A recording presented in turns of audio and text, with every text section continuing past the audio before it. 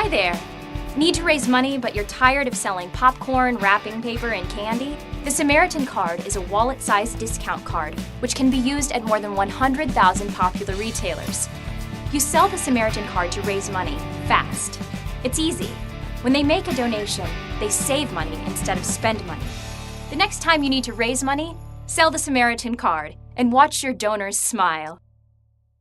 Hey everyone, welcome to another Life in Student Ministry video post. My name is Tim Schmoyer, and I'm hanging out with a guy named Dale Lusk. He works with Merge Ministries for the Evangelical Covenant denomination. Do you want to take a second, just real quick, tell us about Merge Ministries and what you do there? Yeah, we organize mission trips to different parts of the world, youth trips, but also trips for entire church, women's, men's groups, family groups, and we do all types of different ministries in different types of locations all over the place. Our church is actually going on a mission trip with Merge this summer to Mexico, and it's going to be pretty cool because it's not going to be just a youth trip. It's going to be a church-wide mission trip of families and kids and grandparents and parents. It could be a great intergenerational trip. How many mission trips have you been on? Well, let's see. I've been doing this for 17 years, so I would say I've been on about 800 mission trips, approximately. 800? I'd say about 800 or so. 800, wow. That is a lot of mission trips. So this guy definitely knows what he's talking about when it comes to mission trips.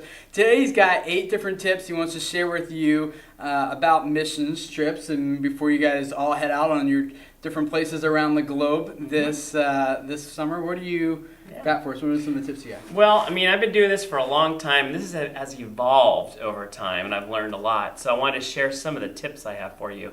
One is you definitely want to figure out what is your motivation for going on a mission trip.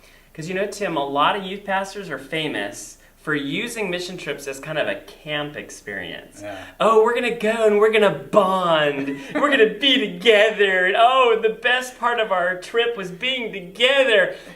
I feel like sometimes youth pastors use people in other countries as zoo animals. Oh, well, let's go to the other country and so we can get to know each other. It's like, what's that?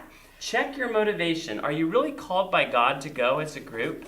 And are you using a mission trip as an opportunity for your students to serve in a cross-cultural situation?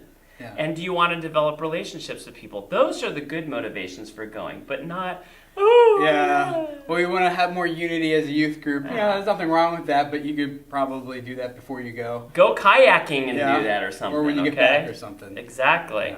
Yeah, number 2 is you want to go with a guide. Okay, the modern thing is I can do it myself, okay? And that's our tendency, right? We want control. We're control freaks.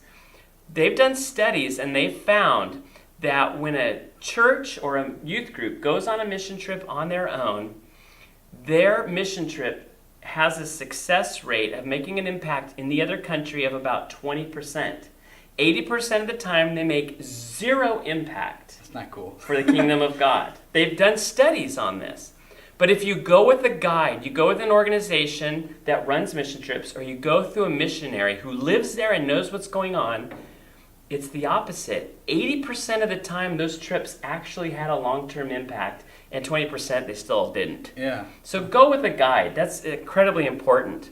You also, of course, want to prepare. Youth groups are notorious for not being very prepared.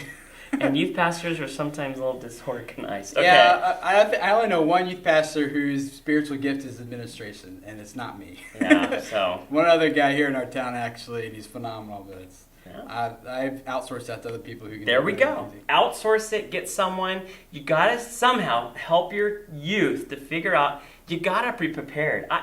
Out of 800 mission trips, I have seen the absolute worst children's programs in the history of the world. I mean, because the team spent no time preparing.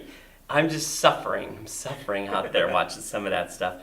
Please take the time to prepare your students.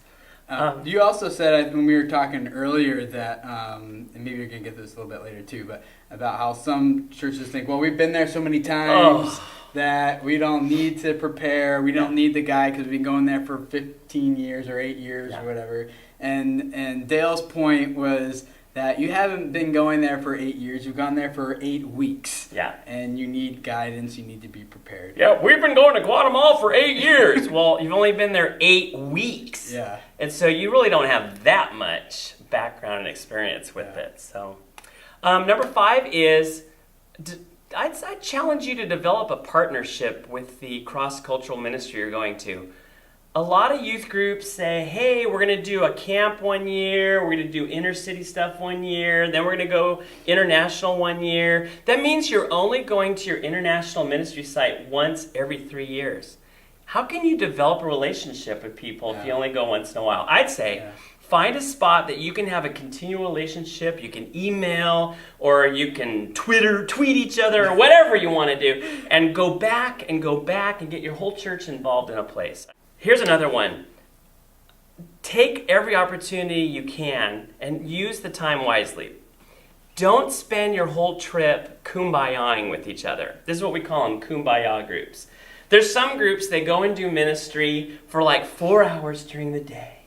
And then in the evening, they have their worship and their debriefing and they're crying and and they analyze for like 5 hours what they did for 4 hours. Oh, I'm the Lord, and all these things. And use the whole week for ministry and be available for opportunities.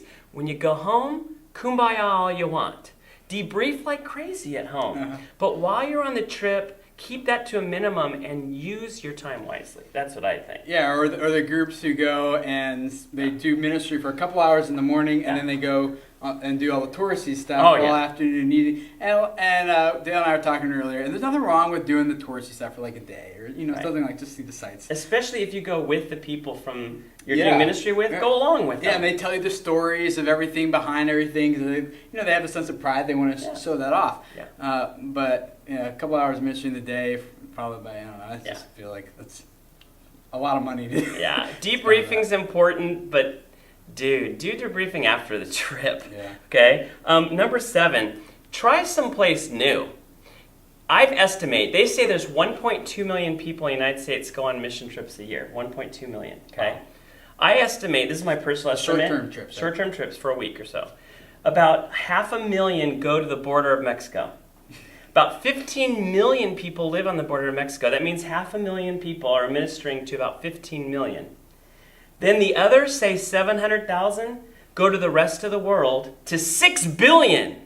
So the ratio is a missionary for every 30 Mexicans in northern Mexico, or one missionary for every 9,000 people the rest of the world. We need to spread out. Yeah. Let's spread out. Why does everyone go to northern Baja? There's other places to go. And here's another one. Everyone goes to children's homes. Oh, the kids are so cute. Well, it's so funny. There's a lot of children's homes out there that have so many mission teams, you have to make a reservation way in advance to go. Yeah. It's like, and we've got churches all over the place that have no one. When we were in Belize 2 summers ago at the mission trip, our bus pulled up right on the tail of another mission trip that was just leaving. Yeah. And we were like, well, these kids, so we didn't know that going into it. We were a little disappointed after we got there. Yeah. But that's totally true. We've got places that haven't had a team in like 5 years. Yeah. And we got places that every week. It's really crazy. Last one is, follow up with your kids.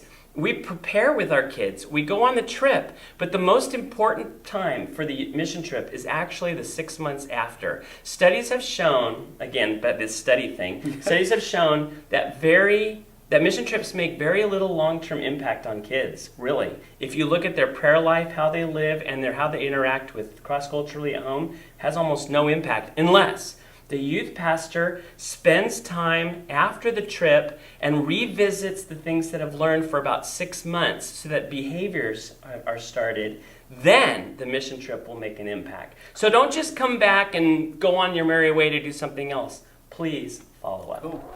Well, I hope these have been helpful for you guys. Thank you, Dale. And we look forward to hanging out with you guys again soon for another Life in Student Ministry video post. Talk to you later. Bye.